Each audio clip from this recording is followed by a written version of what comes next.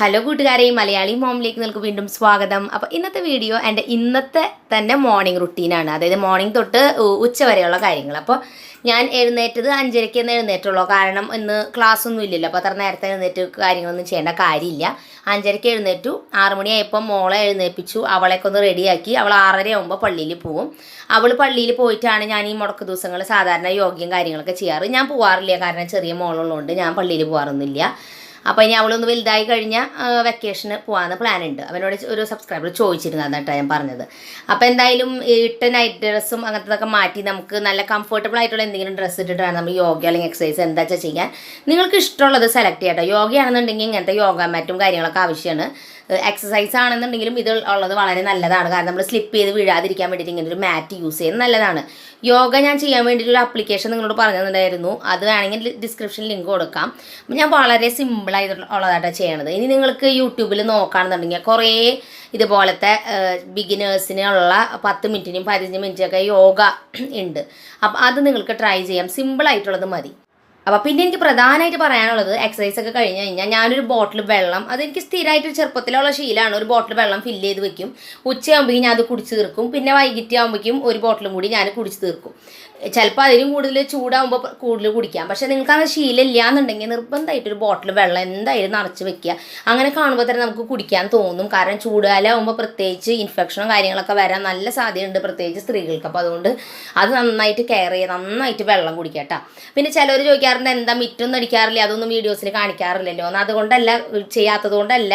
ഞാൻ ഔട്ട്ഡോറൊന്നും വീടിൻ്റെ സാധാരണ അങ്ങനെ ഷൂട്ട് ചെയ്ത് കാണിക്കാറില്ല. വീടിൻ്റെ ഉള്ളിലുള്ള കാര്യങ്ങളാണ് കൂടുതൽ എപ്പോഴും ഷൂട്ട് ചെയ്യാറ്. പുറത്ത് അങ്ങനെ ചെയ്യാറില്ല. വേറെ ഒന്നുമില്ല, വീടിൻ്റെ മിറ്റം ഇൻ്റർലോക്ക് ചെയ്തിരിക്കുന്നതാണ്. അവിടെ ഞാൻ ആ ബ്രൂം ഉണ്ടല്ലോ, വീടിൻ്റെ അകം അടിച്ച് വാരണ പോലത്തെ ഒരു ബ്രൂം പുറത്ത് അടിച്ച് വരാൻ വെച്ചിട്ടുണ്ട്. ഇതകത്ത് മുമ്പ് ഉപയോഗിച്ചിരുന്നതാണ്.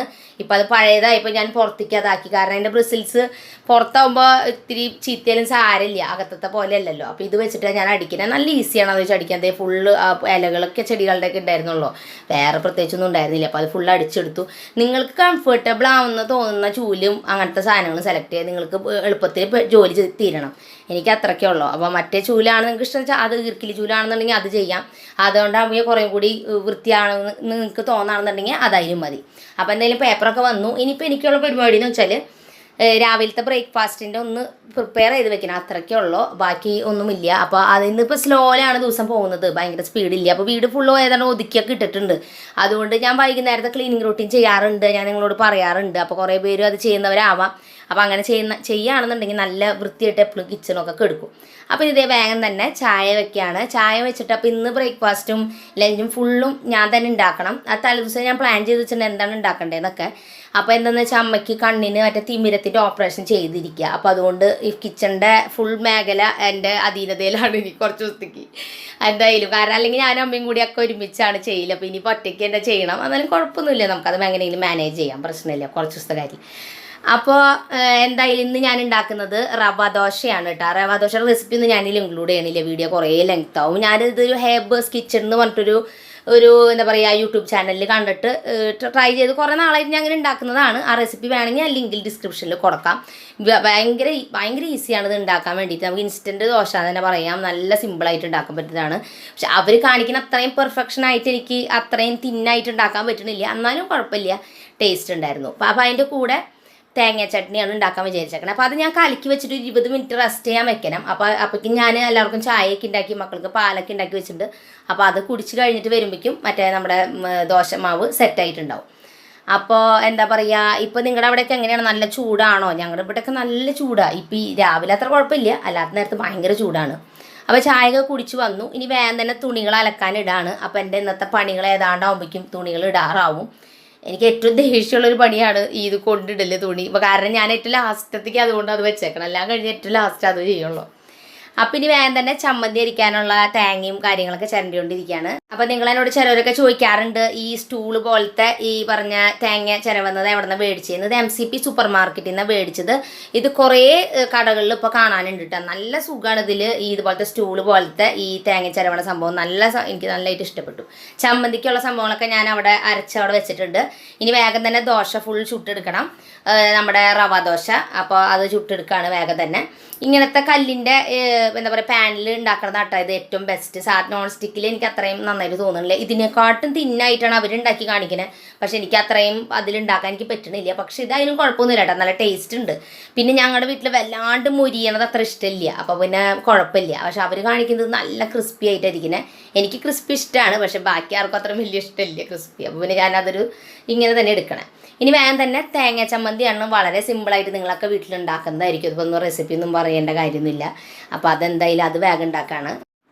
അപ്പോൾ എന്തായാലും ഫുഡൊക്കെ റെഡി ആയിട്ടുണ്ട്. ദോശയും ചമ്മന്തിയൊക്കെ റെഡി ആയിട്ടുണ്ട്. ചെറിയ മോൾ ഇങ്ങനത്തെ ഐറ്റംസ് ഒന്നും കഴിക്കില്ല, അവൾക്ക് ചോറ് മതി. എനിക്ക് ഞങ്ങൾക്കും വലിയവർക്കും മാത്രം മതി.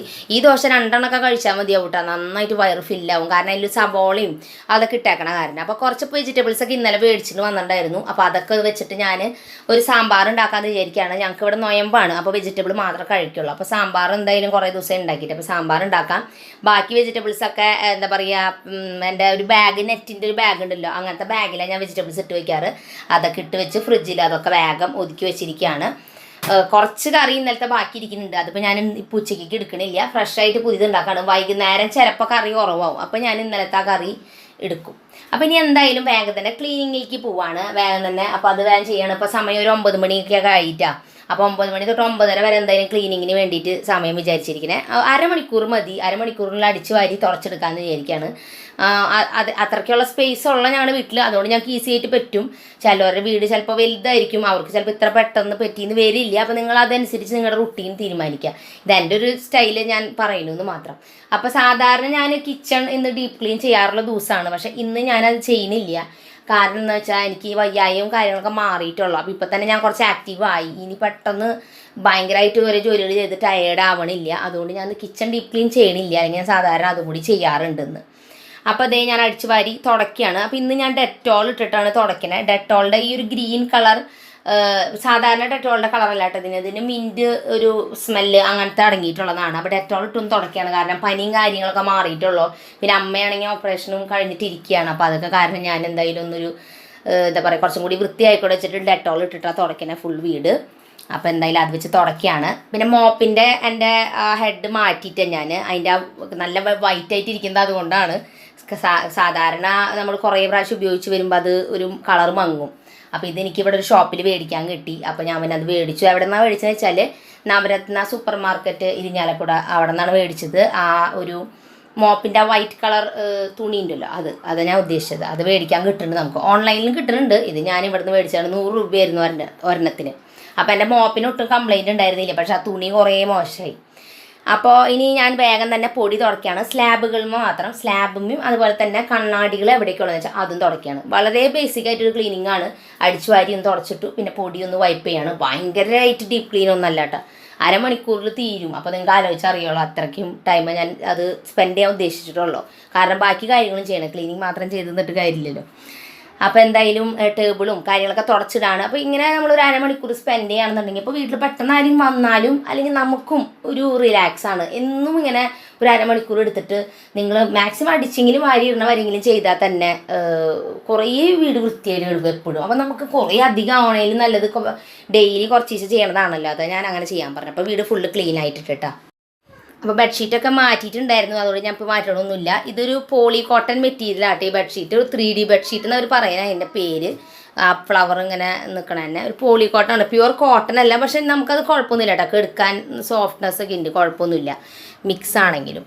പിന്നെ ഇത് ഞങ്ങളുടെ റൂമിനോട് കൂടിയിട്ടുള്ളൊരു ഡ്രസ്സിങ് റൂമാണ്. അത് പലരും ചിലപ്പോൾ ചോദിക്കാറുണ്ട് എന്താ സംഭവം ഒന്നുമില്ല, ഡ്രസ്സിങ് റൂമാണ്. അപ്പോൾ ഷെൽഫുകളും കാര്യങ്ങളൊക്കെ ഉണ്ട്, നമുക്ക് മേക്കപ്പ് ചെയ്യാനും അങ്ങനത്തെ കാര്യങ്ങൾക്കൊക്കെ ആയിട്ട്. അപ്പോൾ അതേപോലെ നമ്മുടെ ഹോളും അതൊക്കെ നല്ല ക്ലീൻ ആക്കിയിട്ടുണ്ട്. അപ്പോൾ ലിവിങ് ഹോൾ ഞാൻ ഇത്തിരി കളർഫുൾ ആക്കാമെന്ന് വിചാരിച്ചിട്ടുണ്ട്. കാരണം നമുക്ക് കാണാൻ സെറ്റിയുടെ ഇതൊക്കെ മാറ്റി ഞങ്ങൾ ബ്രൗൺ ആക്കി, അപ്പോൾ ഒട്ടും കളേഴ്സ് ഇല്ല അതിൽ. അപ്പോൾ അതൊക്കെ എന്തെങ്കിലും ചെയ്യണമെന്നുണ്ട്. പിന്നെന്താ പറയുക, ടേബിൾ ഷീറ്റ് ഇട്ടു. ഇപ്പോൾ ടേബിളുമേ ഉണ്ടായിരുന്നത് ഓൾറെഡി, അപ്പോൾ അതും ഇട്ടു. കാരണം ഗ്ലാസിൻ്റെ ടേബിൾ ആയതുകൊണ്ട് പെട്ടെന്ന് അഴുക്ക് വരണ്ടെന്ന് വെച്ചിട്ട് അങ്ങനെ ടേബിൾ ഷീറ്റ് ഇട്ടാൽ ടേബിൾ തുടയ്ക്കേണ്ട കാര്യമില്ല. അപ്പോൾ ഇനി ബ്രേക്ക്ഫാസ്റ്റിൻ്റെ പാത്രങ്ങളും കാര്യങ്ങളൊക്കെ കഴുകാൻ കുറച്ചൊക്കെ ബാക്കി കിടക്കുന്നുണ്ടായിരുന്നു. അത് ഞാൻ കഴുകാൻ നിന്നില്ല. അപ്പോൾ ഞാൻ വേഗം പോയി വീട് ക്ലീൻ ചെയ്ത് വന്നതിൻ്റെ കാര്യം വെച്ചാൽ ഇനി കിച്ചണിലാണ് ഫുൾ ടൈം. അപ്പോൾ കിച്ചണിൽ ലാസ്റ്റ് ഞാൻ ക്ലീൻ ചെയ്യാറുള്ളൂ.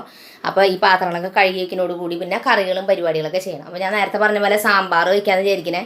പിന്നെ പയർ കൊണ്ടൊരു തോരനും. അപ്പോൾ അത് ഞാനതൊക്കെ അരിഞ്ഞ് ഒക്കെ റെഡിയാക്കി കൊണ്ടുവന്നിട്ടുണ്ട്. അപ്പോൾ ഇനി അത് വേഗം തന്നെ അത് വെക്കുകയാണ്. ഇതൊന്നും ഇപ്പോൾ ഞാൻ റെസിപ്പി ഒന്നും പറയുന്നില്ല. ഇത്രയും ഈസിയായ സാധനങ്ങൾക്ക് എന്തിൻ്റെ റെസിപ്പി പറയുന്നത്. എനിക്കാണെങ്കിൽ അത് കുറേ പറഞ്ഞ് എക്സ്പ്ലെയിൻ ചെയ്യാൻ ഭയങ്കര മടിയാണ്. എനിക്ക് അറിഞ്ഞുകൂടെ എന്താ റെസിപ്പി. ഞാനതിങ്ങനെ വീട്ടിൽ കുക്കിംഗ് നോർമൽ അങ്ങോട്ട് ചെയ്യും. അല്ലാണ്ട് അത് പറഞ്ഞ് പഠിപ്പിക്കാനൊന്നും എനിക്ക് അറിഞ്ഞുകൂടാ. അതങ്ങനെ കൃത്യ അളവൊന്നും പറഞ്ഞുതരാൻ എനിക്കറിയില്ല. അതാണ് ഞാൻ റെസിപ്പി ഒന്നും കാര്യമായിട്ട് ഇടാത്തത് കേട്ടോ. അപ്പോൾ എന്തായാലും അപ്പോൾ ചെറിയോള് അവളെ എന്നെ സഹായിക്കാമെന്ന് പറഞ്ഞിട്ട് കുറച്ച് വേപ്പിലൊക്കെ പൊട്ടിച്ച് തരാണ്. അത് അങ്ങനത്തെ പണികളൊക്കെ കുഞ്ഞു കുഞ്ഞു പണി എന്തെങ്കിലുമൊക്കെ അവരെ കൊണ്ട് ചെയ്യിക്കും.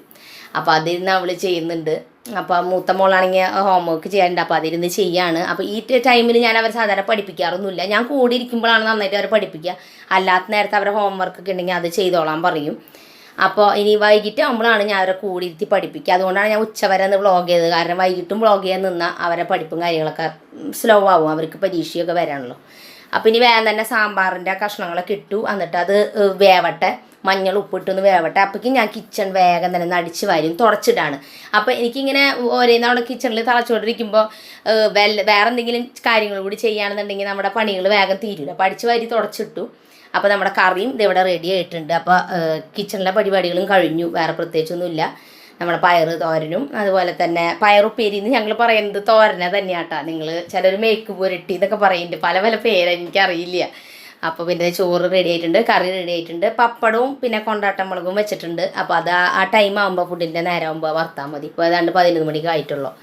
അപ്പോൾ പിന്നെ ഇപ്പം അത് ചെയ്യേണ്ട കാര്യമില്ല. അപ്പോൾ അതെന്തായാലും അപ്പോൾ വറക്കാം. അപ്പോൾ അതും കഴിഞ്ഞു. അപ്പോൾ കിച്ചണും ഫുള്ള് ക്ലീൻ ആയിട്ടുണ്ട്, വൃത്തിയായിട്ട് എടുക്കുന്നുണ്ട്. ഞാൻ നേരത്തെ ക്ലീനിങ് ഒക്കെ ചെയ്തല്ലോ. അപ്പോൾ അതുകൊണ്ട് ഇനിയിപ്പോൾ ജസ്റ്റ് ഒന്ന് കൗണ്ടർ ടോപ്പും കൂടി തുടച്ച് കഴിഞ്ഞാൽ കിച്ചണിലെ പരിപാടികൾ കഴിഞ്ഞു. അപ്പോൾ കിച്ചൺ തുടയ്ക്കാൻ വേണ്ടിയിട്ട് അല്ലെങ്കിൽ ഏത് സർഫസ് തുടയ്ക്കാൻ വേണ്ടിയിട്ട് ഞാൻ ചെയ്യണതെന്ന് വെച്ചാൽ 1/2 കപ്പ് വിനാഗിരിയും 1.5 കപ്പ് വെള്ളം കൂടി ചേർത്ത ഒരു സ്പ്രേ ബോട്ടിലാക്കിയിട്ട് അത് സ്പ്രേ ചെയ്തിട്ട് ഫുൾ തുടയ്ക്കണം കേട്ടോ. അപ്പോൾ ആറ്റയോ പ്രാണികളോ അതൊന്നും വരില്ല. നല്ല നീറ്റായിട്ട് കിടക്കും കിച്ചൺ. നല്ല തിളക്കവും കിട്ടും. ഇനി ലാസ്റ്റ് പണി എന്ന് പറയുന്നത് തുണികൾ അലക്കിയതൊക്കെ കൊണ്ടിടണം. അതേപോലെ തന്നെ തുണികൾ എടുക്കണം, അവിടെ നിന്ന് അതൊക്കെ എടുക്കണം. എന്നിട്ട് ഞാനിപ്പോൾ മടക്കാണ്. സാധാരണ ഞാൻ വൈകുന്നേരം TV കാണുമ്പോഴോ അല്ലെങ്കിൽ മക്കളെ പഠിപ്പിക്കുമ്പോഴോ അപ്പോഴാണ് മടക്കാറ്. ഇന്ന് മുടക്കായതുകൊണ്ട് ഞാൻ ഇപ്പോൾ തന്നെ മടക്കി വെക്കുകയാണ്. അപ്പോൾ അതും കൂടി കഴിഞ്ഞാൽ പണികൾ ഏതാണ്ട് കഴിഞ്ഞു.